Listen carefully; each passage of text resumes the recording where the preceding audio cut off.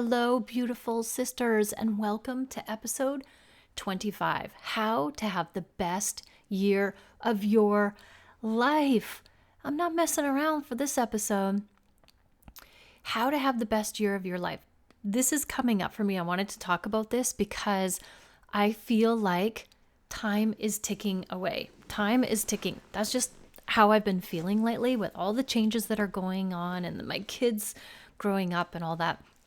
And I realized that, and this comes up a lot with my coaching clients recently, if you don't make a change today, right now, right here in this moment, you'll end up being exactly where you are now in a year's time. If I was to come and check on you in 1 year's time and say, hey girl, how you doing?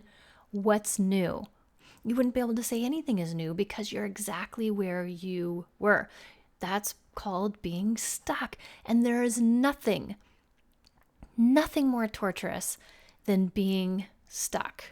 That is for sure. There was this story that I heard from one of the social media platforms, and I just loved it. So I'm going to share it with you, my friends.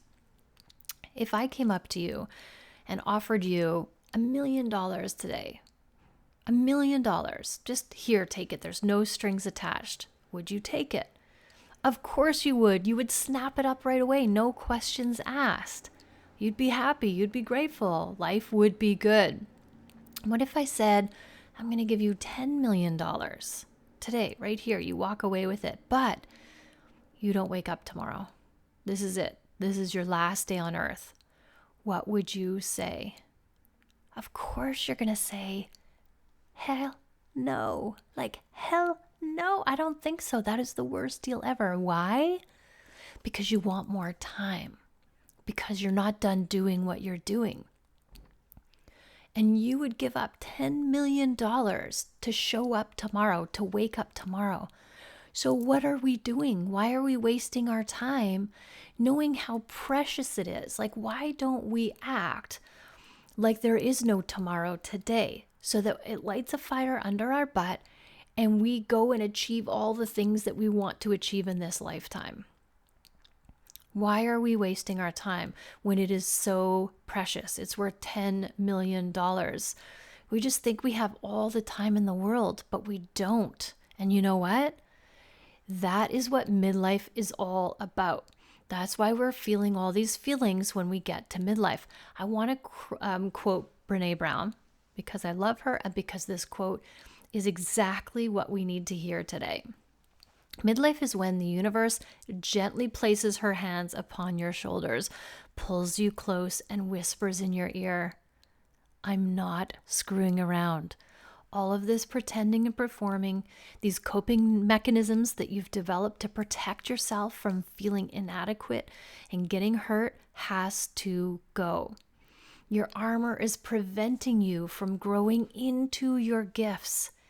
I understand that you needed these protections when you were small. I understand that you believed your armor could help you secure all the things you needed to feel worthy and lovable, but you're still searching and you're more lost than ever. Time is growing short. There are unexplored adventures ahead of you. You can't live the rest of your life worried about what other people think. You were born worthy of love and belonging. Courage and daring are coursing through your veins. You were made to live and love with your whole heart. It's time to show up and be seen. And she goes on to say, if you look at each midlife event as random, standalone struggle, you might be lured into believing you're only up against a small constellation of crisis. The truth is that the midlife unraveling is a series of painful nudges strung together by low-grade anxiety and depression, quiet desperation, and an insidious loss of control. By low-grade, quiet, and insidious, I mean it's enough to make you crazy, but seldom enough for people on the outside to validate the struggle or offer you help and respite. It's the dangerous kind of suffering, the kind that allows you to pretend that everything is okay. And when I read that, I'm like, yes, this is what we do as women and mom. We pretend everything is okay. We pretend we got this. And then we just struggle along in silence. And now that we're in midlife, it makes it easier to bust out of that, to shed that version of ourself and to step in who we truly are and what we truly want in this part of our life, because we get to I want to say step away from being the mom. And we never do, but I mean, we can transform into what that looks like, our relationship with our kids and how we show up for them and the things that we do for others and how we show up for ourselves.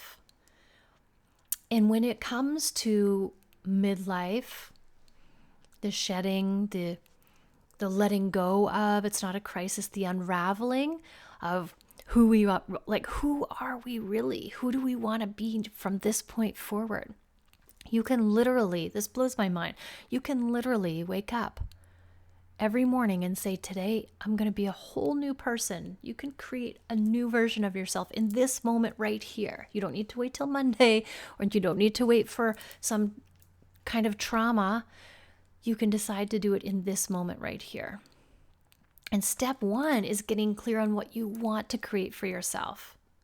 What is your big, scary dream? And a lot of times when I coach people, they don't know. That's why they're stuck, because they don't even know what their big, scary dream is, what their goal is. And that's not a problem, my friends. But you want to start with figuring out what that is. And a lot of the times, if we don't know, we can get overwhelmed and shut down. But we can ask ourselves really good questions like, okay, what don't I want? Because we do know that a lot from our experiences. That was horrible. I don't want more of that. So if we aren't clear on what we do want, let's just focus on what we know from our experience, that what we don't want, because we can cross things off our list from that perspective. So we can move forward, we can hone in, we can zone in, we can get clearer and clearer as we put our attention to it and get curious about it. That's my favorite thing to be and do in midlife, is be curious. Do curious all day, every day. That is how you learn and grow. That's how you get the answers. And in Atomic Habits, love the Atomic Habits book. It is so good. Talk about the habit loop. The loop is, there's 4 things. There's the cue and the craving. That's the they call that the problem phase. And then there's the solution phase, which is the response and the reward. And when you break it down into the 2 phases, you can make a change. Because when we have a habit that we don't want, we do it all the time. We just put it into our subconscious. We don't think about it. So remember, our brain just wants to avoid pain, seek pleasure, and conserve energy. So if we do something all the time, our brain is like, let's put that on autopilot so we don't have to put a lot of energy into it. Meaning we don't think about it. It's like we don't think about our breathing, and we don't think about all the things we do all the time, whether they're good or bad. That is not what we're talking about. We're talking about like being aware of it. Oh my gosh, that is on autopilot. Okay, I need to rein that in. I need to take control of that again. And the cue and the craving is the problem, because you get this cue, like something happens in your awareness, and then all of a sudden you're thinking about that thing that you're craving.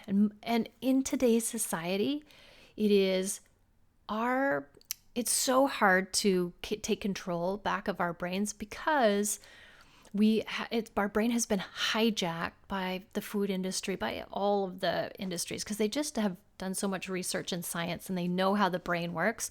So they know how to easily hijack our dopamine. And the dopamine is supposed to be, getting those hits every once in a while, because it's the desire, the anticipation. But we're just constantly being hit with it over and over and over again. And our brain isn't designed to be consistently having all these huge dopamine hits. It's supposed to be a little bit and then down the road some more. And so that is how these huge industries and all the science and the money have been put towards hijacking our brain. And these are where the habits, the loops, the addictions happen. So we have our cue and our craving, but the solution phase is the response and the reward. And the way I like to say it is, as soon as we get the awareness, because this is like, if you're listening to me on the podcast, I'm just drawing a circle with my hand. This is our loop. It's just continuous. We go in this circle over and over and over again. But when we have the awareness of it, there's a small little break in that circle, and that is where we can create change. As soon as there's awareness, then we create the space to notice the response. Oh, usually, like, a response is good. A reaction is usually what we do. We're just reacting. But as soon as we create the awareness of what's going on, then we can do a response instead, where we can think about it, we can process it, and we can change it, and we can respond in a way we do want, instead of reacting in an emotional way that we've always done just because we're in the loop. And then we can change the reward. We can get a different reward. So there's that one little moment in time when we can change the habit, and that's the awareness that it's going on. And the way you can see your cues or your cravings are by noticing either the thought in your head, because we have 60 to 70,000 thoughts a day. We barely recognize all of them, so they're running on autopilot. Or we can recognize the feeling we're having. If it's a bad feeling, tense in our body, oh, we don't like that. Okay, that's an awareness. Then you could get curious about it and solve for it, right? Or it's an action we're taking. Maybe it's like, oh, here I go. I know for me personally, girls, ladies, sisters, if we are at the sink, if I'm at the sink eating something, I know it's something I shouldn't be eating. That's why I'm standing at the sink eating it. So that's an action. So if I find myself standing at the sink eating something, I'm like, hey, wait a minute. Look at what I'm doing. And then, boop, I've created that space because there's the awareness. So remember, it can be your thoughts. Those are the toughest for people because, like I said, there's so many of them, and I want to create all of my clients, anyone who works with me, to be a watcher of their thoughts, but usually we're not. We're the thinker of our thoughts, and we're unconscious in that. So it's our thoughts, our feelings, because our body is giving us feedback. Remember, our feelings are the language of our body. The thoughts are the language of our brain. And then our actions. So there's 3 different ways, or the results. You can see the results that you're getting. If you don't like the results, boom, you can change it. So there's 4 different ways that you can see the action that you're taking and make a change. So that's that little bit of awareness. It's huge. And also in Atomic Habits, they talk about 1% change. 1% change. Now, this sounds like a little bit, but it can be big when you have to show up and do it every single day, right? Every single day. You can't do 1%. Sometimes when you kind of feel like it's sort of, it doesn't work like that. Trust me, I tried. You guys, I tried it out. It doesn't work. Let me save you the time and hassle. It's compound over time because it's a small little thing that we do consistently every single day that makes the change. It's just the way you do it is self-discipline. And I think it's episode 22 that I talk about self-discipline. The difference between the average person and the person that gets the gold medals, the person that has the big money, the person that has the job they want, all of that is the self-discipline. They're showing up every single day, even when it's hard, even when they don't want to. They keep showing up and doing that 1%, just that 1%. That's all you have to do. It's so easy when you break it down that way. But it's like, there are days when I don't want to do it. But if I do it, if I'm the one who keeps doing it, then I'm going to get those results more so than the other people. And that is how I get my big results. My oldest son, Fee, he's always talking about this. Every time we have me and my boys, Santos and Phoenix, have these discussions. We have these deep philosophical discussions. Love, love, love them. That's what our dinner time is. And Phoenix will always say, this is one thing he totally believes in, is that if you want something bad enough, you just got to show up for yourself to do it all the time, more so than the other person. You got to want it more than that other person so that you'll show up day in and day out and do the thing that it takes. And you can learn any skill that way. Any skill. You just got to do it more than the other person that wants it. You got to want it more than that other person so that you can get better than they are. And you can learn any skill. And that He's like the fixed and the growth mindset. So he's got a growth mindset. It's like, doesn't matter what it is, I can learn it if I just put the time in, put the effort in. And this has served him well, right? This has served him well in his life. And if he carries on with this, okay, my work here is done. I'm good. I don't have to worry about him in this department. Trust me, kids, you got to worry about him in some department. But so, and I totally agree with his philosophy. So how can I get the results I want? 1%. 1%. And if you've listened to this, you know there's 3 things I'm working on this year. And every day, so for my tennis, every day in the summer, because it's nice, I go and I spend 20 to 30 minutes practicing my serve. And it's only been a month and already my serve has improved 1,000% because I'm just showing up every day and doing it. Just doing it and doing it and doing it. I go there and I have a bucket of balls, 50 balls, and I do every service corner. And it's working. It's working and it's so easy. And actually it relaxes me. I feel so good when I do it. It's like my meditation. I'm not good at a sitting meditation. I love moving meditations.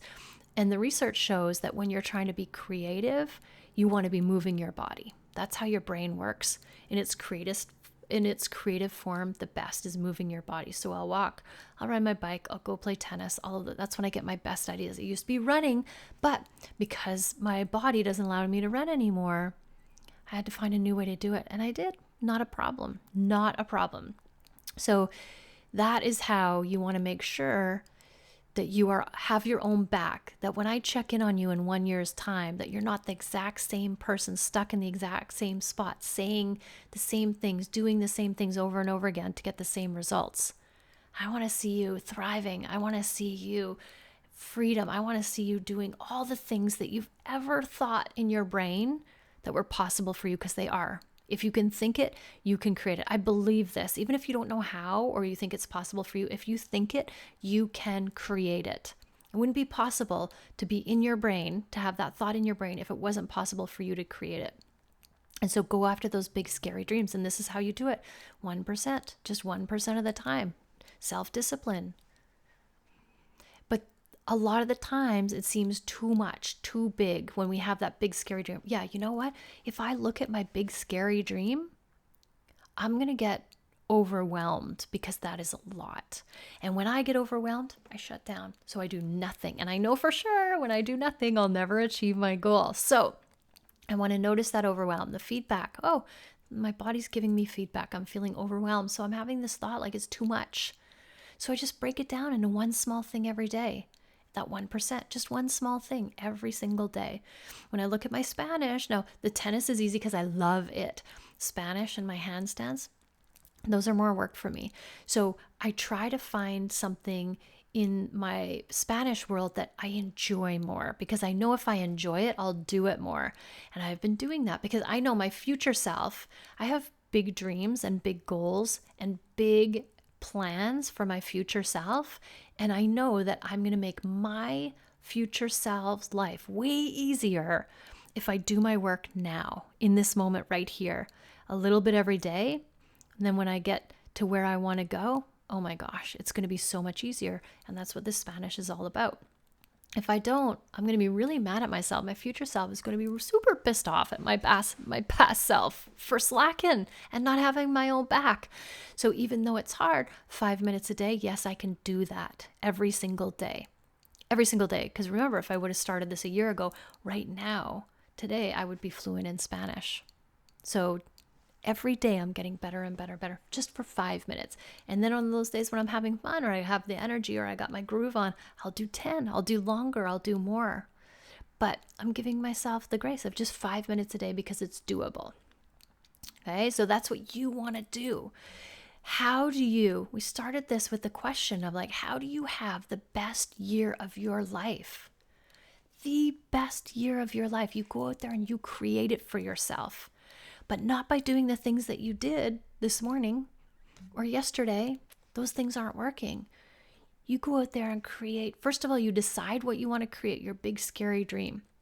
And then you break it down. And every single day you show up for yourself. Remember, even on the days when you don't want to, even on the days when it's hard, even on the days when you haven't seen the progress. I hear that a lot from my clients. I got to see progress in order for me to keep moving forward. You want to find that happiness from reaching our end goal to where we are now.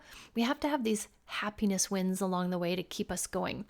So if your goal is a year from now, you need more happiness wins in there or smaller wins in there to keep you showing up every day. So see if you can break it down into smaller goals, right? If I have a year and I want to be fluent in Spanish, I'm like, I'm going to start off with a bang, but 6 months in, I'm going to kind of peter off. Yeah. So I need to break it down into smaller goals so that I'm winning more often. I have more happiness throughout my endeavor to reach the goal. Just 1% every single day. And when I can commit to that, anything is possible. And if I can do it, you can do it too. So I want you to dream bigger. I want you to get unstuck, because the stuckness happens in our brains. That's where we get stuck. So I want you to notice all of these things. And remember, when you have that awareness, if you're stuck in that loop, if you have that awareness, that's that small little gap that you can make a change. The awareness is possibility of change. And that is where everything magical can happen. Remember, you are always finding what you're looking for. So go out there and find the magic and the mystery in everything. And make those big, scary dreams come true this year, because this is your year. Go have fun. Thank you for listening. Always, always love yourself first and have an amazing day.